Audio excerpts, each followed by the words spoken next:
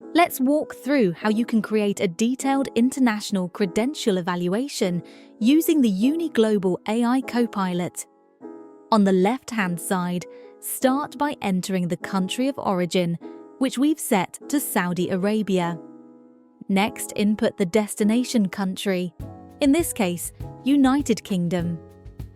Under qualifications, we've added Advanced Diploma in Engineering.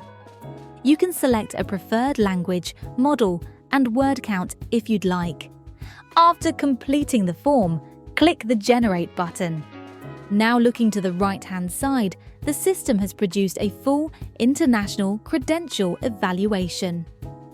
The evaluation includes a credential overview, a UK comparison, noting equivalents like higher national diplomas, and recognition status through official UK frameworks. It also highlights potential educational gaps and provides recommendations for admission officers.